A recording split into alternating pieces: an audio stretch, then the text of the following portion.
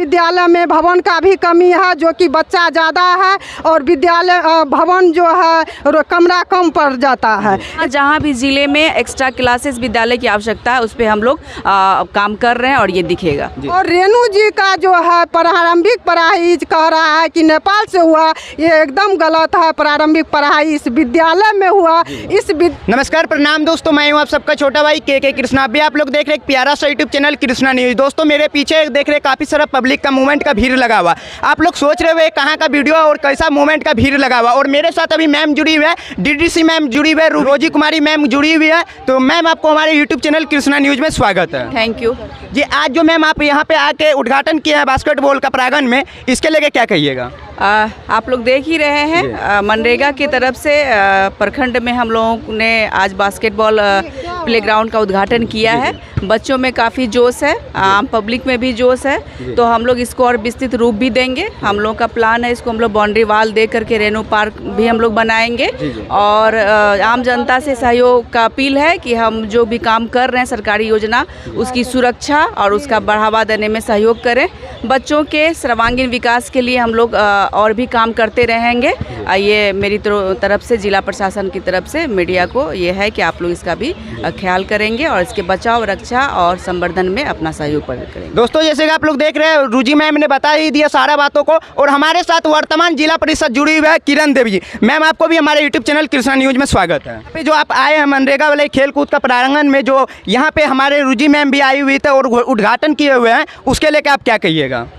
सबसे पहले तो मैं डीडीसी मैडम रुचि मैम को जो है, रोजी मैम को जो है धन्यवाद देते हैं कि वो अपना बहुमूल्य टाइम निकाल करके आई इस उद्घाटन में। और यहाँ का जो भी जिला से आए हुए हैं पदाधिकारी, उसको भी धन्यवाद देती हूँ। और पीओ साहब का भी बहुत बड़ा योगदान है इस बनवाने में। ये ऐतिहासिक धरती है, ये बात आपको बता दे। आपके द्वारा हम मैडम से कुछ मांग भी करने के लिए चाहते हैं।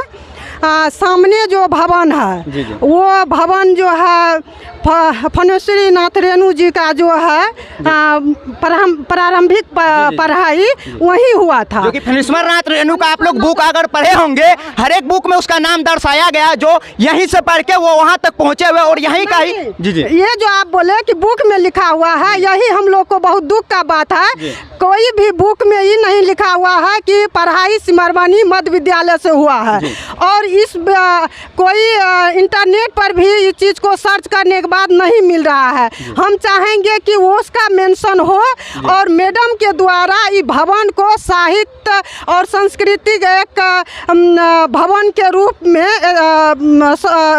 इसको रखा जाए, भवन बनाया जाए। उसके बाद एक रेणु पार्क बने और रेणु जी का जो है एक प्रतिमा बने, और जो कि आने वाले पीढ़ी उससे बहुत सीख मिलेगा।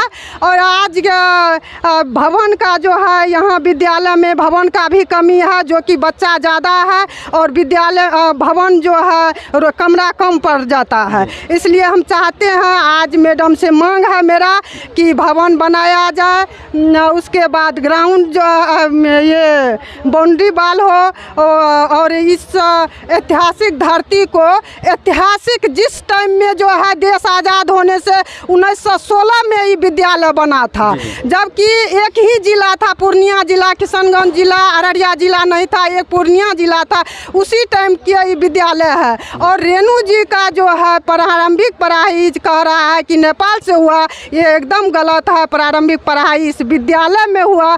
इस विद्यालय को मैडम, इसको फिर से भवन जो है बनाया जाए और इसमें रेणु जी का जो है साहित्य और संस्कृति जी। मैम इसके लेके क्या कहिए? जो मैम अभी बोली है, आपसे उम्मीद लगाई हुई है, उसको लेके क्या कहिए? बिल्कुल, मैं दोनों ही पक्ष पे अपना हम स्पष्ट करती हूँ। पहला कि रेणु पार्क के लिए हमने पहले भी बताया कि हम लोग का प्लान है और हम लोग बहुत जल्दी ही इसको धरातलीय रूप प्रदान करेंगे।